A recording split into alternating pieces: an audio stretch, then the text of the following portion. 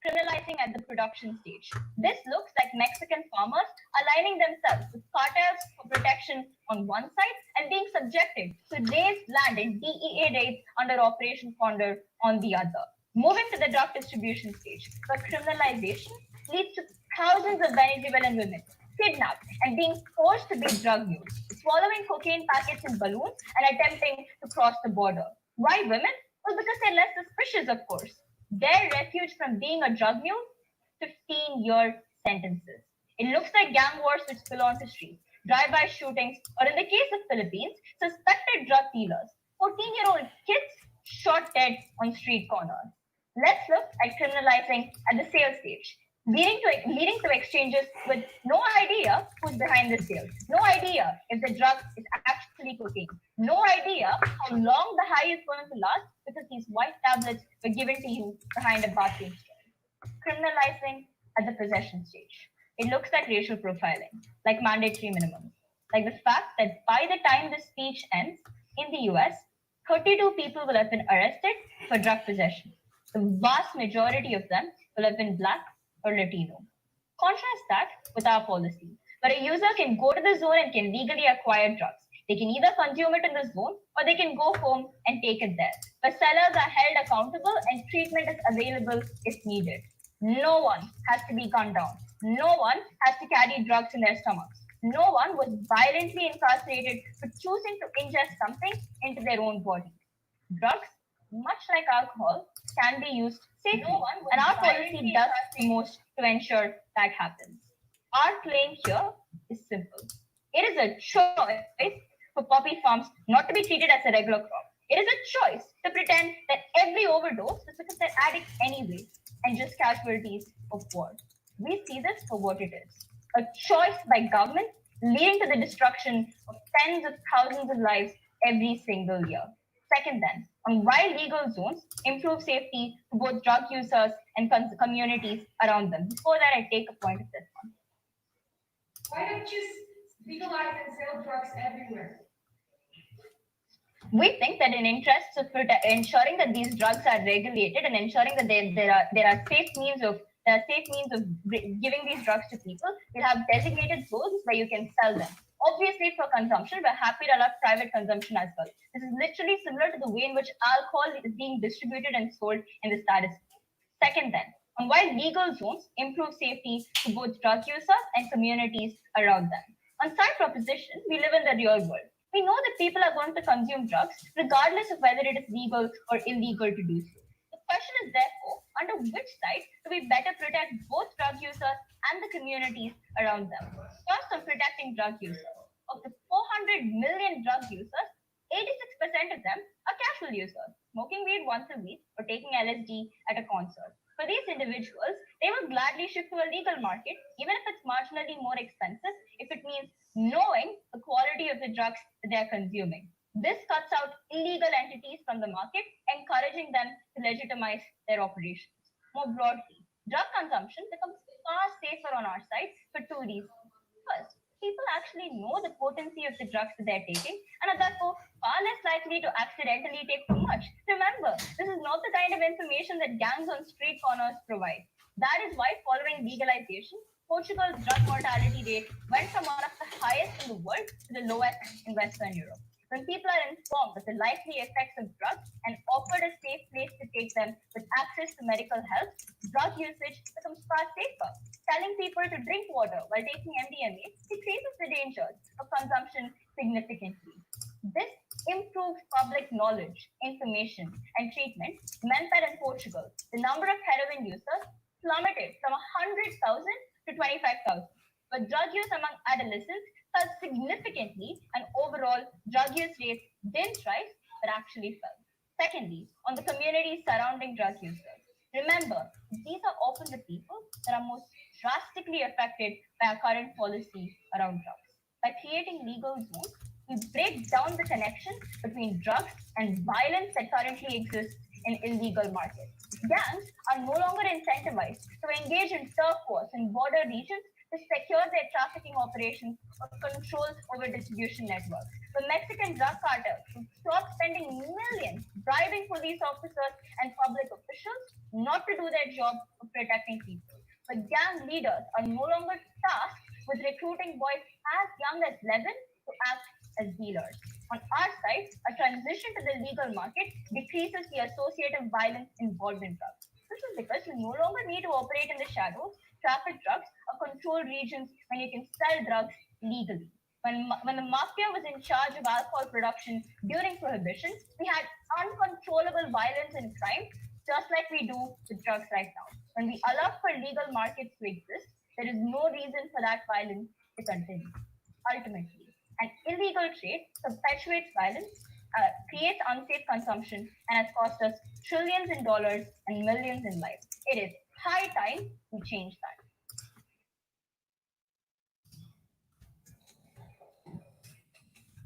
The speaker has spoke for 8 minutes and 9 seconds.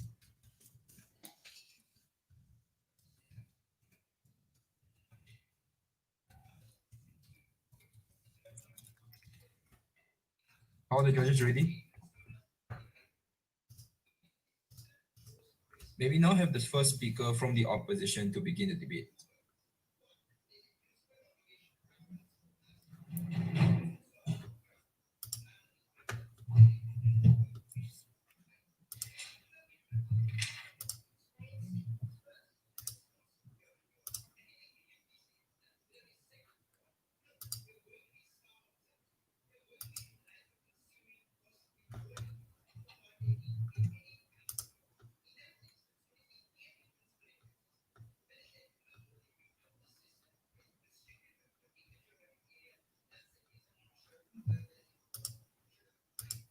In 3, 2, 1. Panel, drugs are not harmful because they are controlled.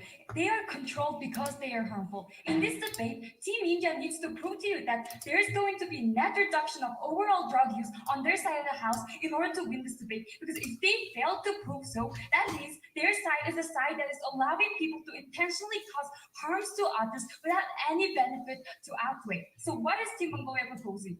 Two things. Firstly, we have zero tolerance policy for the sales of drugs. Secondly, we will create free accessible rehabilitation centers and counseling service for current drug addicts and users. In this debate, we will give you three arguments. Firstly, on the principle level, how sales of drugs must be criminalized. Secondly, on the practical level, how we decrease the circulation of drugs. And finally, our second speaker will tell you about how the legalization of drugs is uniquely harmful. But before I move on to my substantive arguments, I will respond to what Team India has presented.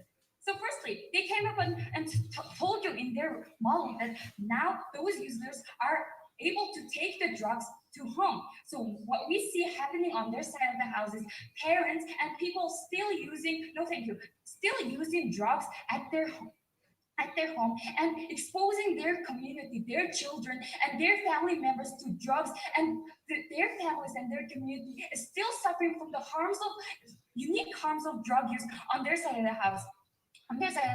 And also by allowing people to take drugs at home, now they're allowing them to overdose at home. Because even if they say because they have monitor systems and because they have regulation, they have no overdose. There's always loopholes in regulation, and now the loophole for them is taking drugs at home, because now the users can take as much as drugs at home and use it at home and overdose it. Even worse, we see addicts going to black, even if overdose is regulated.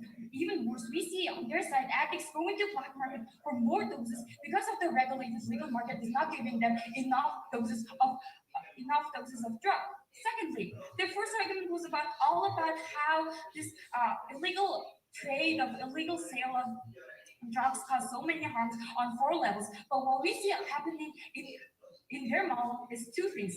Firstly, if the drug prices in these legal areas go down, it means that now drugs are super cheap on their side of the house, meaning that now more users are going to go to these areas and use drugs because it's cheap and it's legal now. Why don't we just try it now? No, thank you. And secondly, the second scenario we see is drug prices are now going up. Note that the whole drug market is not dominated by the legal manufacturers. They are just putting space and time limit. The black market will now, on their side of the house, will compete with these legal markets on cheaper prices because this industry and market is super profitable, right? So we see a majority of poor drug users who are unable to buy and use drugs legally on their side of the house, forced to do so in illegal areas and support black market, meaning that now the black market still has a demand on their side of the house, meaning that they will still exist on their side of the house outside of these areas, meaning that all the harms they identify in the first argument still exist on their side of the house. And on top of that, they have, because they're exposing many to these drugs, and because they're adding up to accessibility, now they have more drug users getting addicted and using drugs on their side of the house. Secondly, their second argument was about how the community will benefit, because now those black market will stop bribing public officials, and how they're going to provide safe consumption for these drug users. But what we see happening on their side of the house, even if they have safe consumption on their side, if the drug users is addicted, we see more harm on their side of the house, because now the addicted drug users have more access and legal access to drugs now, meaning that those drug users will get addicted, will use more and more drugs on their side of the house. And even if they're consuming these drugs safely, we see more harms on their side of the house. Before I move on to my substantive argument, I will take a few away. What level of harm does alcohol need to cause to reach the banning stage drugs have? Can you repeat the question? What level of harm does alcohol need to cause to reach the banning stage drugs have? Okay. Alcohol is so different from drugs because drugs are uniquely harmful. It causes unique harm. And I will explain it in my first argument. Okay, how sale of drugs must be criminalized. So it is a self-standing principle that government has a duty to interfere when there is a crime with irreversible harm, with clear victims and clear culprits, right? So we just established that there must be a punishment for every crime and a consequence for every action. So now let's apply this to our motion. Drugs are uniquely harmful and so different from any other substances because of three reasons. Firstly, it's extremely addictive.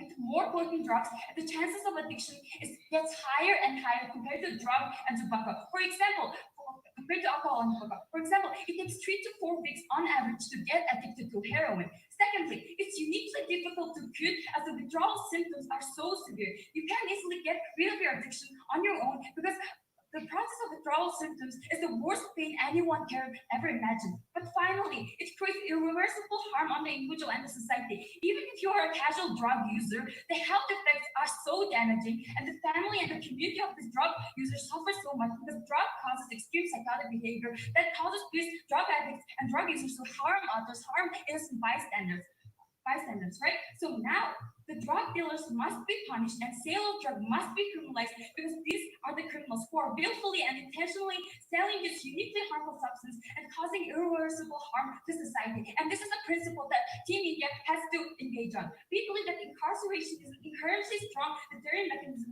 as fear of criminal prosecution is so influential because your freedom and liberty is being taken away from you on our side of the house. Moving on to my second argument, how we decrease the circulation of drugs. Both teams agree that the problem with the status quo is that the criminal justice system is not able to distinguish between who's the criminal and who's the victim, right? So firstly, under our model, drug addicts who suffer the most are not seen as criminals on their side of the house in all places, but people who need medical help. As we've said before, it's extremely hard to overcome drug addiction on your own. So now, unlike the status quo where drug rehabilitation system is so underfunded and expensive, now on our side of the house, those drug users have free, accessible, sustainable rehab with substitute drugs like methadone. We believe that it is far better to spend $5,000 for methadone rehabilitation rather than spending $31,000 for incarceration for one single individual. So why is it important? 3 points. Firstly, drug users are not sent to jail for addiction on our side of the house, meaning that they have no criminal records. Now they have now they have more chances to get employed and better their lives. And secondly, on top of that, first-time and casual users are offered free counseling services, meaning that these users are more likely to stop and to use before they get dependent. But on Team India's side, they are invited to use more and more drugs by the government and by the private sector because they are so profit-oriented, right? But finally, with free opportunity, they will be able to get rehabilitation and get treated and get back on their foot on their side of the house. But what we see on their side of the house is these drug addicts still using more and more drugs without getting treated. So because of this reason, we are limiting the access to drugs and we are curing the victims. Because of this reason, we are so proud to host. The speaker has spoke for 8 minutes and 22 seconds.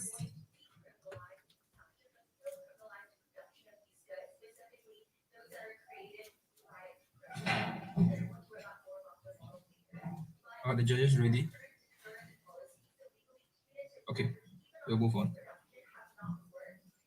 May we now have the second speaker from the proposition to begin the debate? Thank you. Can I be heard? Yes.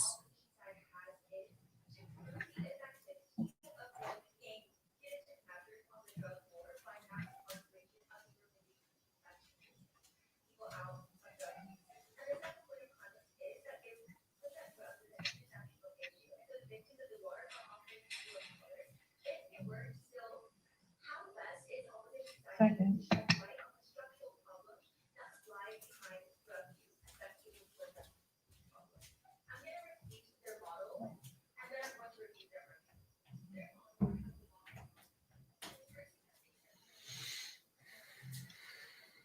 Yep.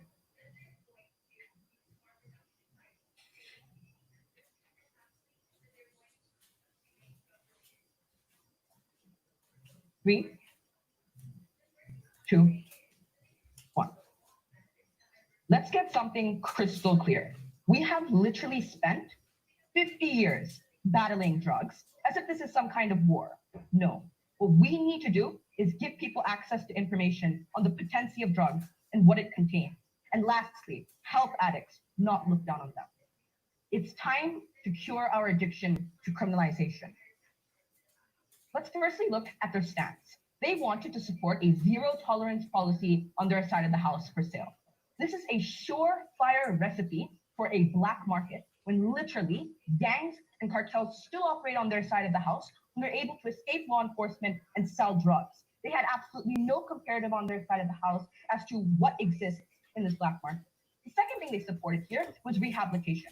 I'm going to explain in my argument about why rehabilitation is particularly bad on their side of the house. Now, on to the principal clash of today's debate. The first thing they said here is that addiction is something that's particularly harmful for individuals, i.e. heroin. This is literally the only example they gave of a drug that is addictive.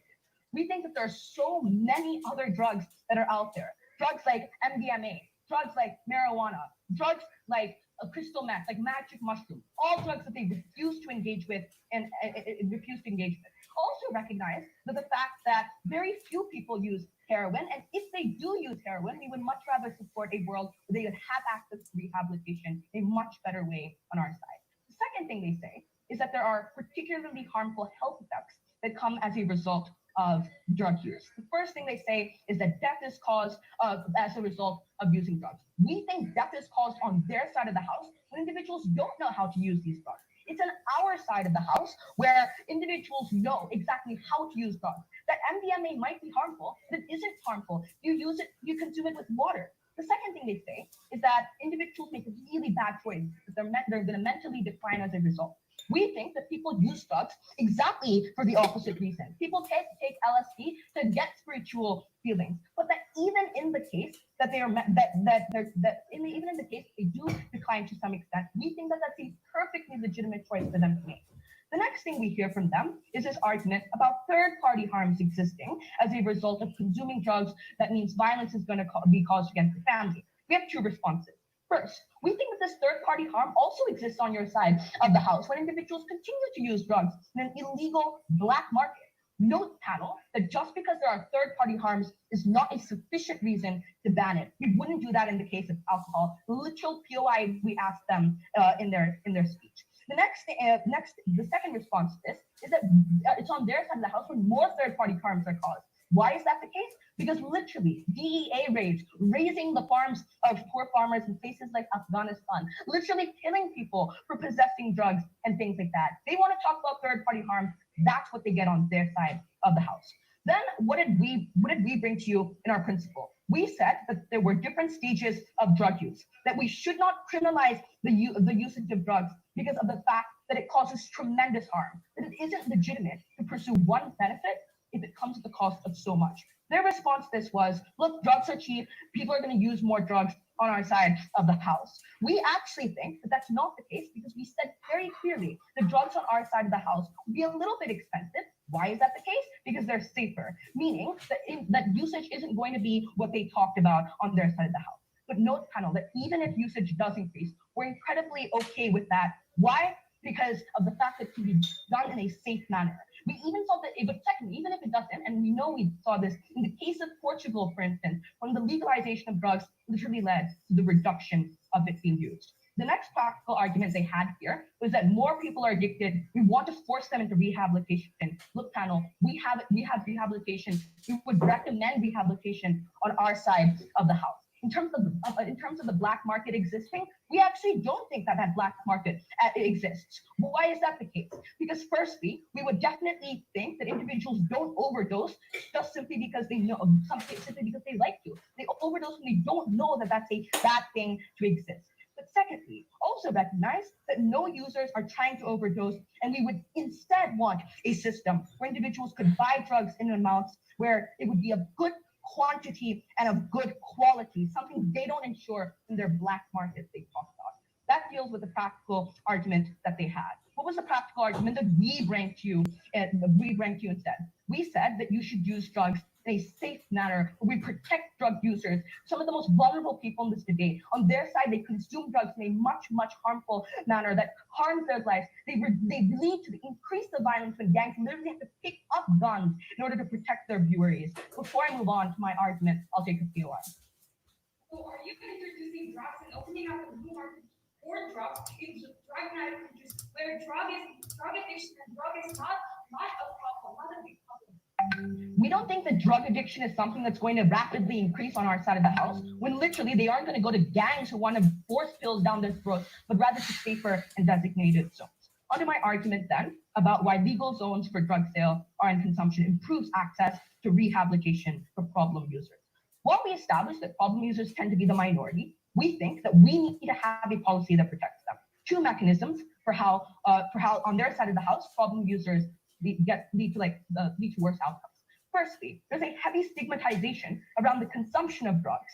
That leads to a lack of life-saving information because even when addicts are in a decriminalized system, they may be fearful of accessing care as they don't know their rights surrounding usage and addiction. They are scared that encounters with the police can go any way. They can be accused of being peddlers. They're scared and unsure of whether or not they're truly protected, especially when they see people getting locked up and thrown in jail. This increases the likelihood of overdose. It is far harder to provide these people with information they fear reprisal. But secondly, even if the consumption is legalized, the fact that production and sale are illegal harms problem users. This occurs as police departments often use addicts as forced informants to get to access to criminal gangs, worsening their experience with law enforcement and government agencies. But second, they're constantly asked difficult questions, forcing them to give more information on who they bought that drug from. This also makes it less likely they access care. They live in fear of being caught, stuck between police who may be abusive and forceful, and gangs and cartels that threaten your life. In contrast, we are able to ensure access to information and support you as you need it.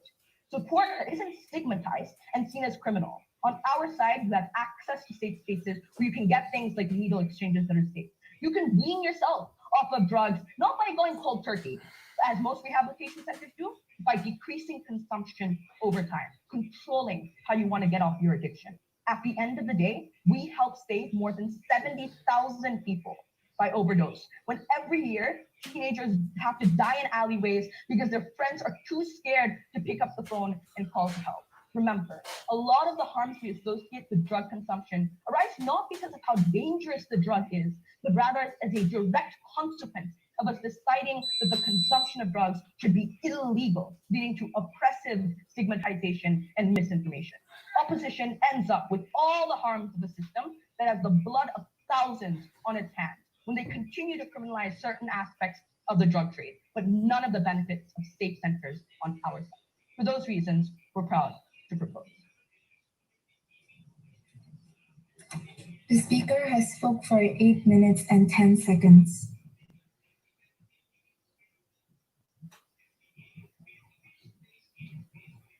Are the judges ready? Okay.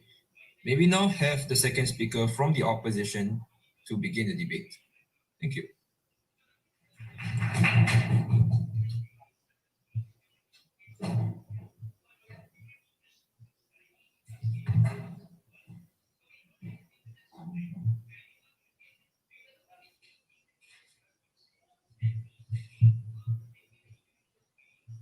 Can everyone hear me? Okay. In 3, 2, 1. Panel, don't let proposition pull the wool over your eyes. Drugs are dangerous, and that is the exact reason why we criminalize them in the first place. A few things in my speech. Firstly, I'll be giving a couple of clarifications on mischaracterizations of the proposition team. Before then, I'll be rebutting the third substantive argument about rehabilitation. Before coming to the main, moving on to some clashes, and lastly, I'll be giving our third substantive argument about how the legalization of drugs is uniquely harmful. But first, a couple of clarifications. So firstly, we support decriminalization. That is to say, if someone is or an addict is doing drugs, they will not get sent to prison. They will not get incarcerated on our side of the house. So that means that the whole benefits of decriminalization that they have identified on their side of the house is not unique to theirs. But secondly, we never said we were going to forcefully rehabilitate people in the first place. If rehabilitation is forced, that isn't really going to work out. But still, even if it's optional, we think that people are going to rehabilitate on our side of the house in the first place. Why? Because people themselves don't want to be addicted, right? Because people don't want to face an addiction. People don't want to face withdrawal symptoms on their side of the house. But even if they themselves don't want to do it, we think that their family members and the community are more likely to incentivize them to go into rehabilitation on their side of the house. So their third argument. So firstly, they come up to and say that there's a bad stigma on their side of the house because it's criminalized, right? So a couple of responses here. Firstly, we think in some cases stigma can actually be good because it disincentivizes people from doing drugs in the first place. But secondly, we don't think that we think that on our side of the house,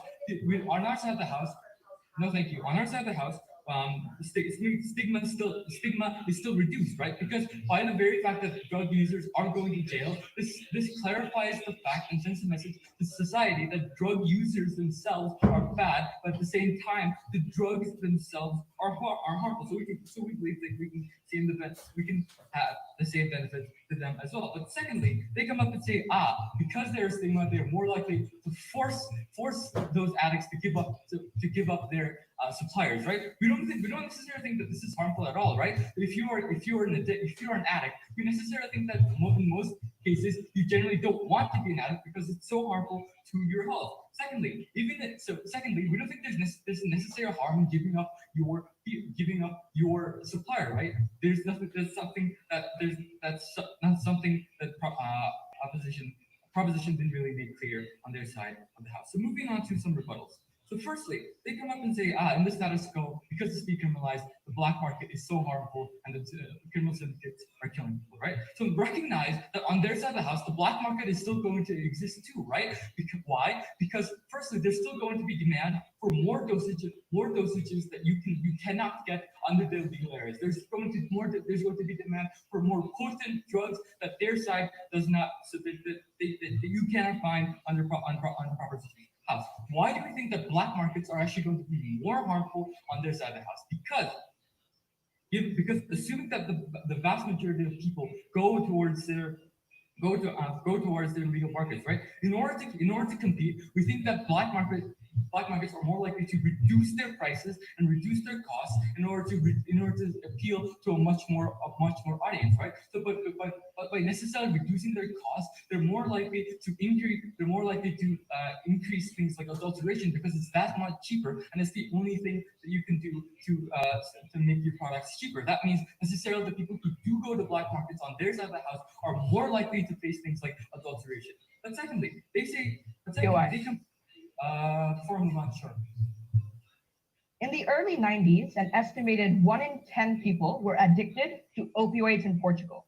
Since legalizing drugs in 2000, Portugal now has the second lowest overdose and addiction rates in Europe. Why do you think that's the case? So this is a fundamental mischaracterization on their side of the house. Recognize that Portugal did actually decriminalize the use of drugs, but at the same time, they did not allow for the sale of drugs. This is fundamental mischaracterization on their side of the house. The only reason Portugal decreased their crime rates and the addiction is because they were not allowed to buy drugs.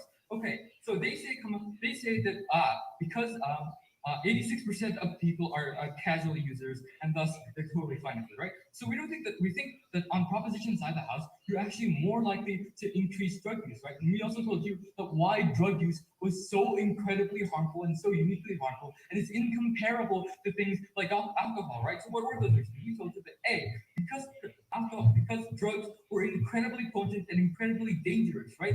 Well, alcohol in 2017 killed 22,000 people, but drugs with a massively smaller user base killed 67,000 people. We told you that drugs are much more addictive. Much more addicted that in 3 to 4 weeks you could literally become an addict. We told you that withdrawal is so severe that it's one of the most painful experiences of your life. We told you that because of psychosis, you are more likely to harm not only yourself but your family as well. This is exactly why India cannot come up to us and say that it's just like alcohol, right? So why does this matter in this case? Recognize that if you make drugs that much more accessible by legalizing it, you're sending the message to society that it's totally okay, that there's less harm associated. Because if it wasn't harmful, why would you keep it illegal, right? So that means that in the long run, in proposition's world, it leads to the normalization of drug use in the first place, right? This is exactly why on their side of the house, drug use is going to increase because drugs are normalized in their society. This is exactly why on their side of the house, even if people are casual users now, are more likely to become addicted on their side of the house. But now moving on to our third argument about how legalization is uniquely harmful. So a couple layers of analysis here. So firstly, we think that by making legal entities on their side of the house, the rules of the free market apply to those firms as well, right? So what's going to happen here? Because drugs are super addicting, and because they has super high demand, we think there's going to be a lot of profit on their side of the house, which necessarily incentivizes more firms and more manufacturers to come and join on their side of the house. So what does this mean?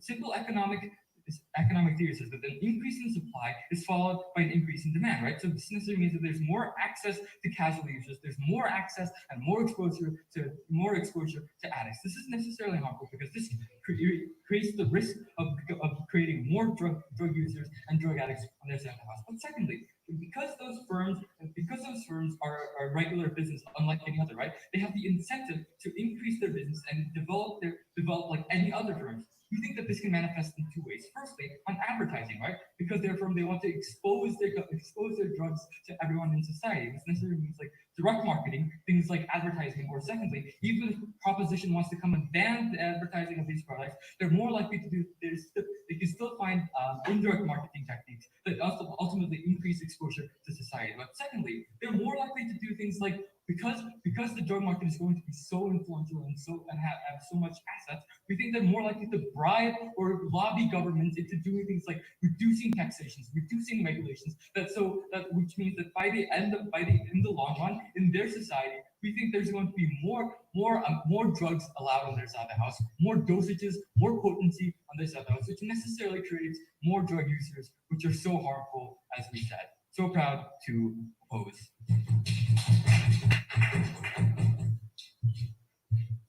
The speaker spoke for 8 minutes and 17 seconds.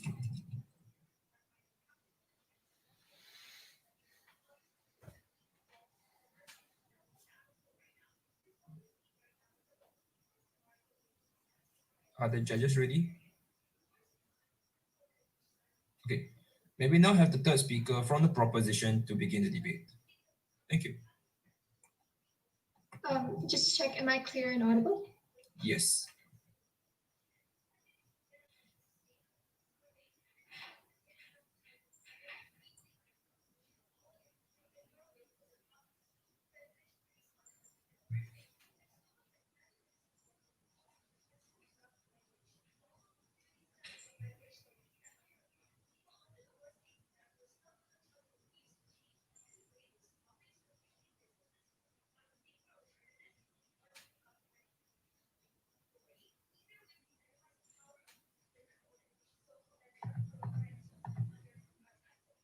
Three, two, one. When we pointed to the example of Portugal and asked them to respond to it, a country that had decriminalized both the sale and use of drugs, their response was to lie. Let's be clear why their response was to lie. Because every harm they tell you occurs on our side of the house occurs far more on the side that criminalizes the sale of drugs. Whereas my second speaker told you, addicts are afraid to go to rehab, where gangs abound, and where for a side that is so terrified of the black market, the only way to gain access to drugs, both for casual users and addicts, is the black market. At that point, we tell you it is time to cure our addiction with criminalization. Three clashes in this debate. Firstly, is it legitimate for the government to pursue win at all cost policies? Secondly, which side betters the market for drugs? And thirdly, which side is better for problem users? On the first clash, is it legitimate for the government to pursue win at all cost policies? The key principle that we brought you from first speech is that when the government is making policy decisions, while trying to mitigate one kind of harm, it cannot cause significantly greater harm to other innocent parties. We told you the criminalization of sale that has led to the war of drugs has categorically failed this. When farmers in Mexico are caught between a bind of being extorted to grow drug crops on one side and being faced with DAA not just raising those crops, but the crops they grow to hold their families on the other side. When proper opposition came up in response and said their policy was a no tolerance policy for sellers, let's be clear on what that means. That is continuation of a failed policy that's led to the incarceration and the death of millions. What was the principle that they brought us in response to that? They told us that it was responsible for the government to criminalize anyone that was selling harm. The first response we brought you from first speech that was not responded to is that a large majority of the harms that come from consuming drugs do not come from the drugs themselves. MDMA is harmful by itself. It's only when you don't take water with it that it becomes harmful to your health. People don't resort to heroin unless it's the only thing a drug seller is passing to you in a dark alley when they have so many safer options and information about those safer options as well.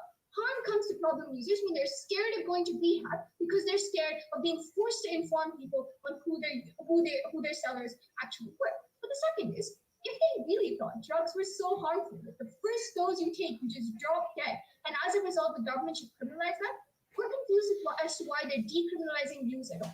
We think it's because they recognize that a large majority of harms come from the criminalization of drugs and not from drugs themselves. But at the end of the day, that doesn't deal with the principle we brought you in first. That the limited harm that drugs by themselves cause is not enough justification to lead to the thousands of needless deaths in Afghanistan, Colombia, and Venezuela. The incarceration of women who are forced to traffic drugs in their stomach.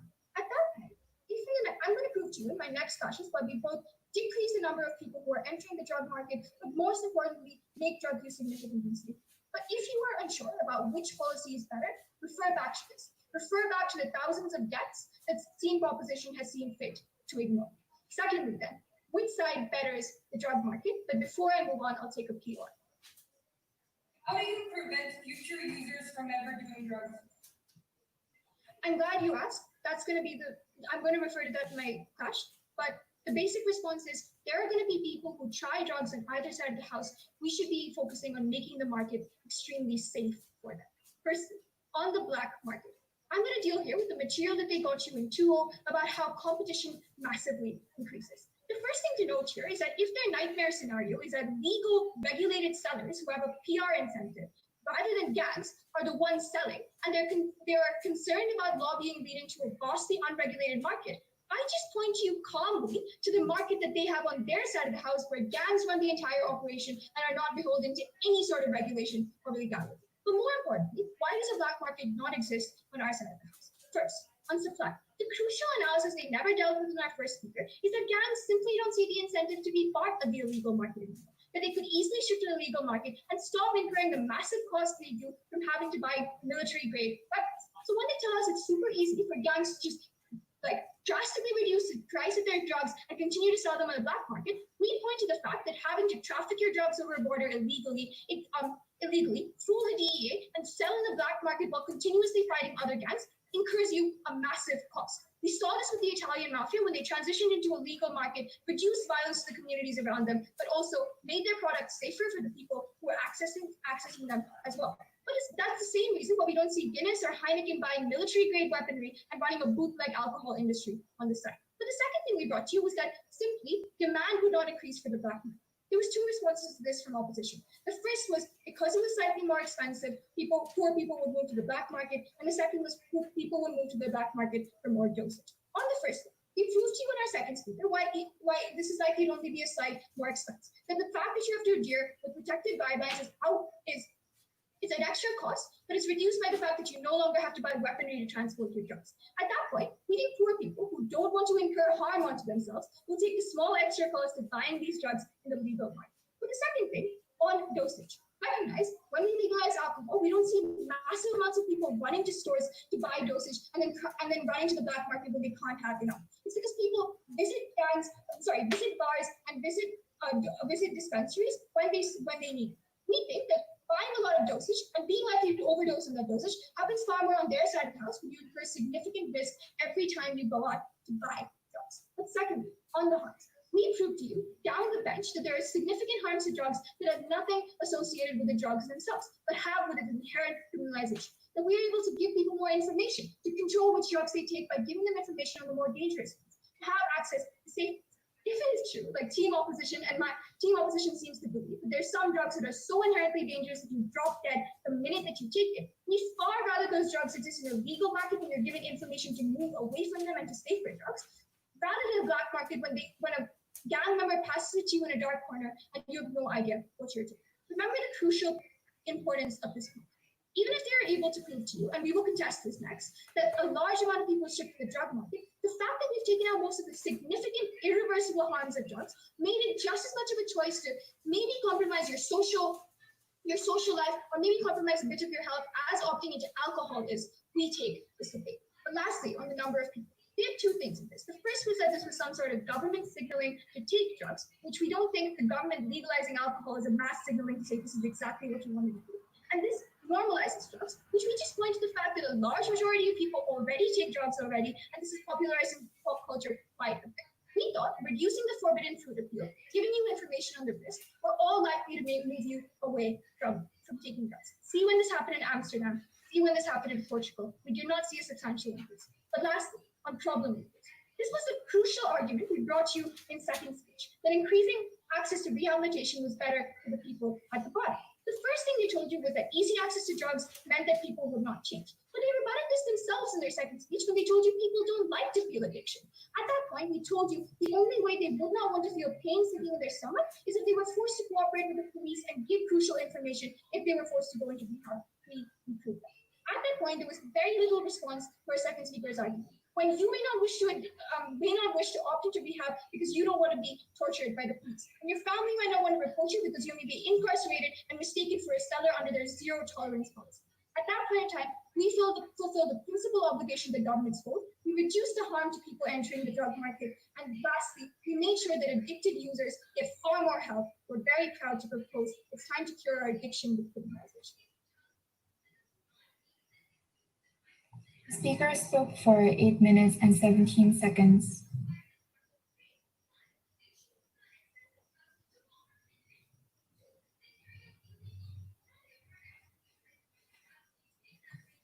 Are the judges ready?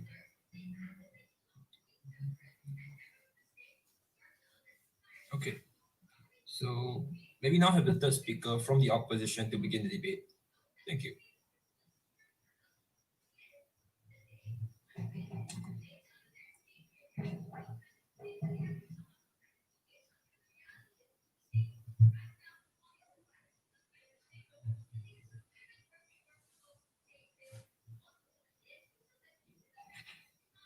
In 3, 2, 1.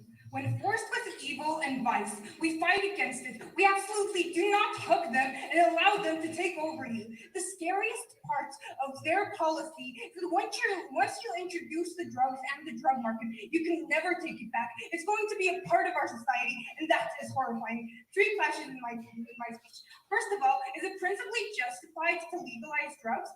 Second of all, which side decreases drug use?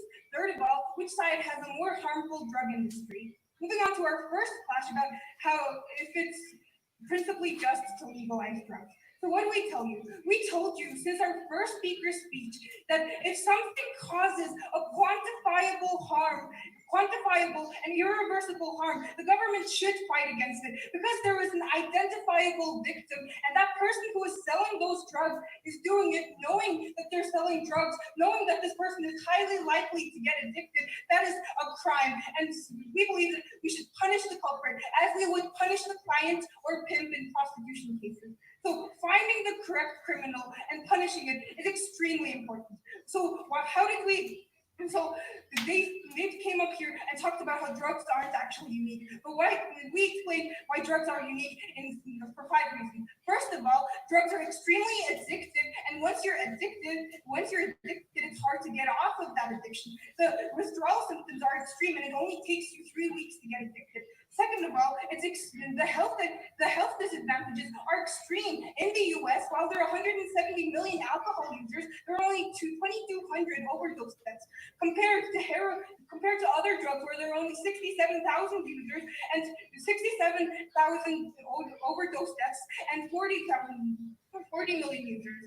Third of all, one of the reasons why drugs are so unique is because it does, like alcohol, your body doesn't have biological protection. So when you drink alcohol, your body has this enzyme called ADH, and your body can literally protect itself from it, right? Drugs don't have that. Fourth of all, there's no limit to the potency in drugs. We can see this in the status quo, where there are literally drugs that are coming out that are thousands and thousands times more potent than heroin, such as carfentanil, right?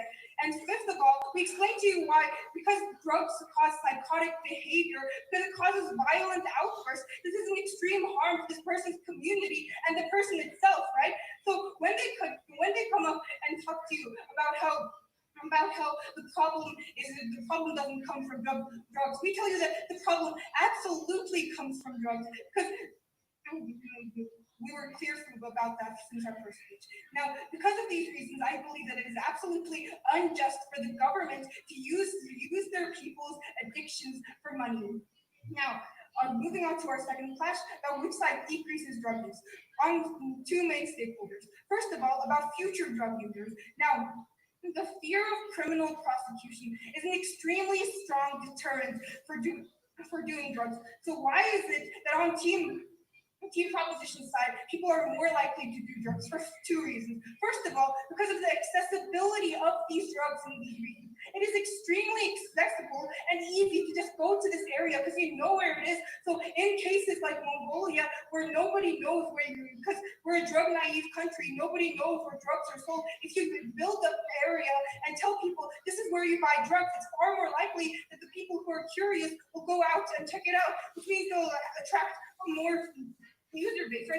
Second of all, we believe that future drug users increase on their side because when it's legalized, it sends a message to the people that these drugs are not inherently that much harmful because the government wouldn't sell me something that's that harmful, right? So when the person is in this mentality, they're far more likely to go do drugs on their side. So why is this so harmful? Because the addiction rates, drugs don't look that harmful in the status quo T proposition because the scope of them are smaller. But on their side, when the scope increases, this means that the people who are addicted, the people get harmed, increase. And that we believe because of this, because team proposition failed to prove how they prevent drug users, we believe that we will win this clash. Before we move on up. 86% of drug users take drugs like MDMA, weed, and marijuana. Then at first time you take them, this is a debate about extremely harmful drugs when information there's a safer option, or when you're past white powder. Engage with that. Of the people who use drugs are not addicted. If you send at least like 100 more people 1,000 more people to these areas, we believe that even that is extremely harmful. But we believe that these numbers, the new people you'll be sending to these areas, are more than 100 or 1,000, right? So we believe that even if the percentages look small, in real life, this would look like millions of people losing their livelihoods. And because of this, future drug users are extremely important. Second of all, what about current drug addicts?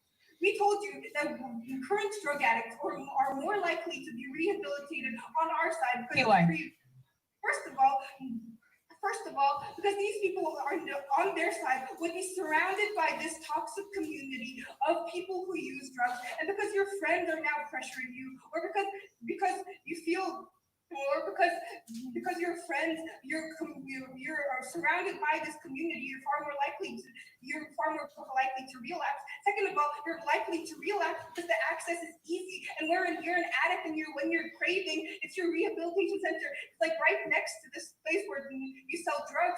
It's extremely mentally hard for you to make that decision, and you're far likely to just go buy drugs, right?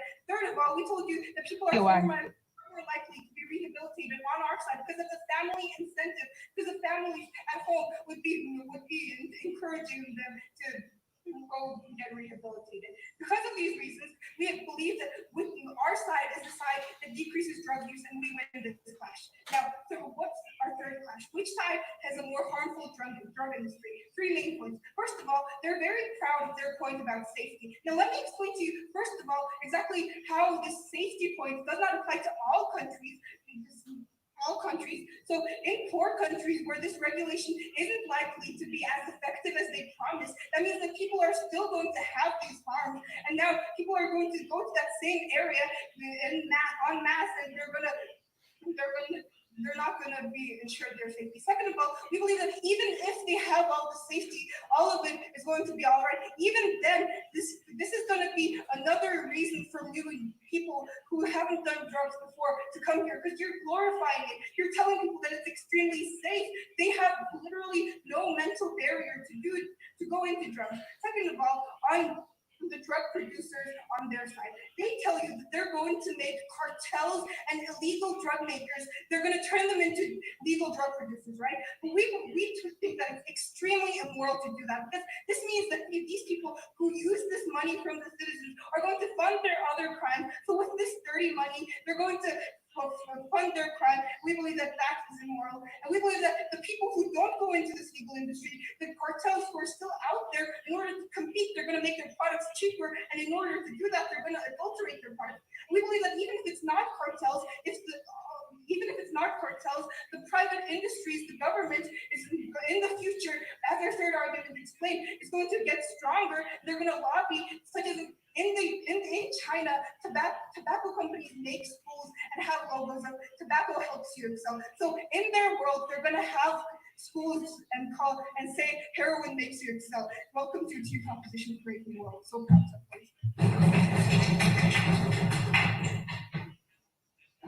Speaker spoke for 8 minutes and 18 seconds, sorry.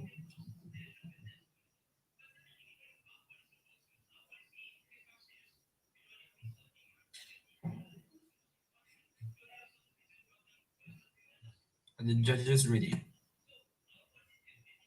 Okay. May we now have the reply speaker from the opposition to close their case? Thank you.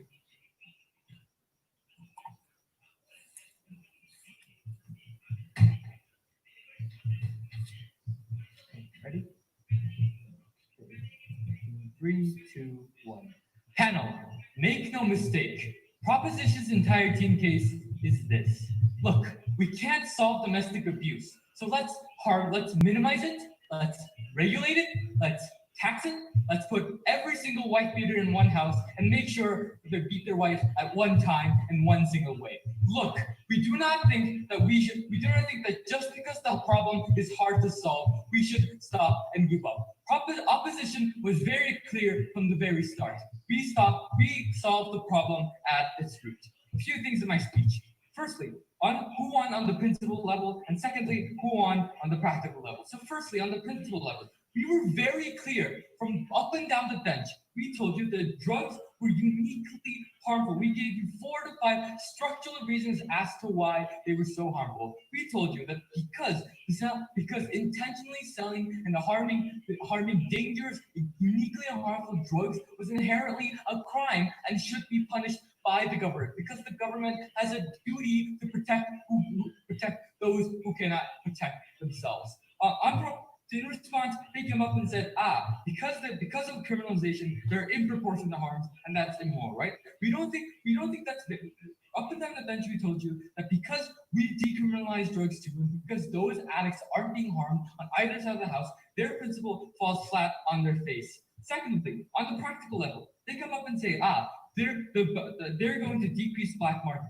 They're going to decrease their black market on their side of the house. We responded by saying that, look, the black market and the crime syndicates are gonna exist on their side of the house because they necessarily conceded that their drug prices are going to be higher, right? So that necessarily means that because it's cheaper in the black market, there's going to be demand for it. Secondly, we told you that because the black market allow for higher dosages, allow for more potent drugs, there's going to be demand for that too. But thirdly, we told you that the black market on their side of the house was going to be much, much worse because in order to compete with the government suppliers, we told you that the black market is going to adulterate their drugs in order to keep down costs and compete.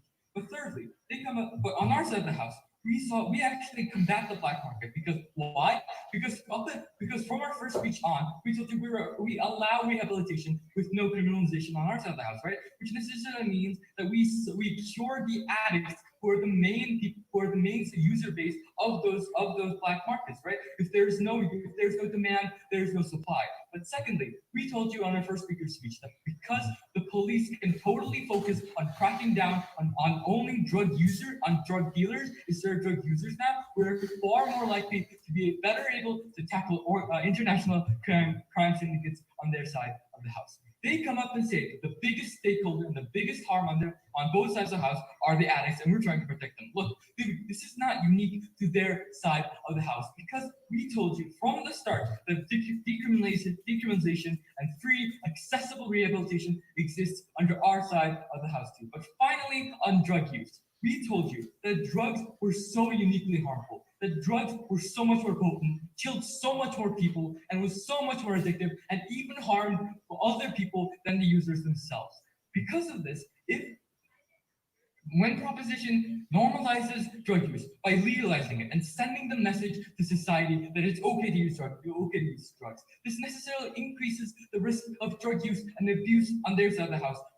We cannot afford making any more drug users on their side of the house for the exact unique reasons we told you. But lastly, we told you it was unsustainable, right? In the long run, because their markets are going to be so much more powerful, because they are so rich, they're more likely to reduce government tax, reduce government regulations, and ultimately end up increasing the amount of drugs that end up in society's hands in the first place. This is exactly why we are so proud to oppose.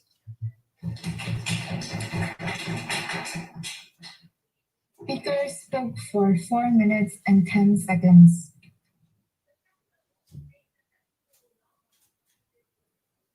Are the judges ready? Okay. May we now have the reply speaker from the proposition to close their case and close the debate proper. Thank you. Is this audible? Yes. 3, 2, 1. Panel, make no mistake, every time they tell you that the black market is really harmful, they give you really addictive drugs and that these drugs are really, really harmful. They never really had a comparative as to how they solve this black market on their side of the house. We push time and time again down the bench. If you decriminalize drugs, so people are allowed to use drugs on the ground, so we know that there are 400 million users globally right now. Where are they going on their side of the house to access these drugs? Those very black markets they seem to be so scared about. At least on our side, you had a legal, safe option that people could opt. 2 questions in this debate. First, is it justified for us to criminalize drugs? And second, what is the impact on safe consumption for drug users and for communities hurt by gang violence? First, on the justification. The big principal claim and a bulk of their practical argument relies on this idea of addiction. That if you're addicted, you will go to black market. That if you're addicted, then drugs are really harmful. we conclusively took this down the bench. The first thing we pointed to you in our second speech was that, look, the only example for addiction that they've been giving us is heroin. The vast majority of drugs we pointed to you weren't as addictive in that way, that nobody takes weed and then just shifts to taking heroin at the end of the day. The second thing we told you, in their second speaker's words, the vast majority of people don't want to be addicted. Yes, the vast majority of people don't intentionally overdose, don't intentionally want to be addicted. That means that when you give them the information that they need, when you tell them that this drug has this potency and is likely to make you addicted, that's far less likely to take that on our side of the house. The third thing we told you was, even if we accept that there are few more people that are likely to be addicted, who is the side that better protects these people? Is it their side that was so proud to have stigmatization of drugs such that users were uncomfortable with accessing rehabilitation centers, where there was fear among drug users that they will be incarcerated if they use drugs? We tell you at that point, their side did not help those people who were addicted. But lastly, we pushed them in our third speech time and time again. If drugs were so harmful, why allow people to use them to begin with?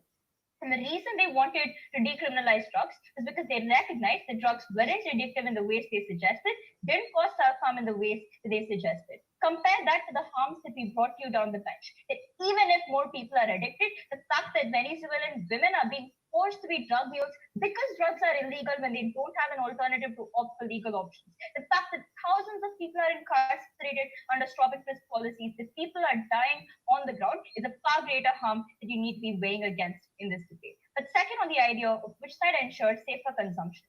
The only thing they wanted to talk about here was that the black market will exist on your side of the house because it's cheaper, because you glorify drugs on your side, and there is more demand for more potent drugs. Down the bench again, we gave a number of responses. First, in our third speech, we pointed to you. The top 40 songs and the way in which peer pressure that they wanted to talk about already exists on the ground, right? The fact that drugs are glorified across pop culture right now.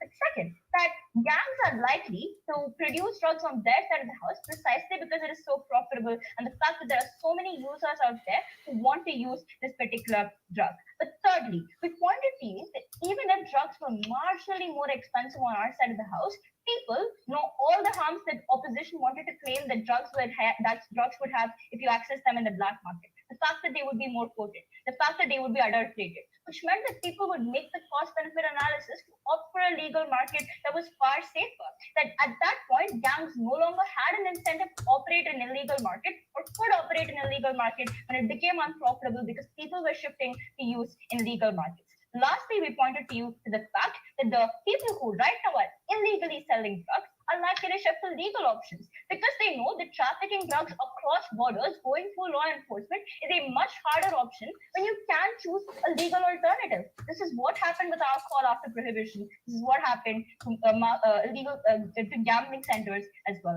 At which point we told you we were the side that protected people who use black market. We're so proud to propose. The speaker spoke for 4 minutes and 20 seconds.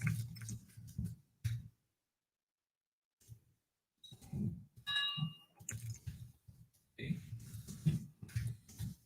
Thank you everyone for a most enjoyable debate. Can we ask everyone to wait patiently in this room as the judges deliberate? Judges will return to the room at the end of the deliberation to deliver the results. Thank you everyone.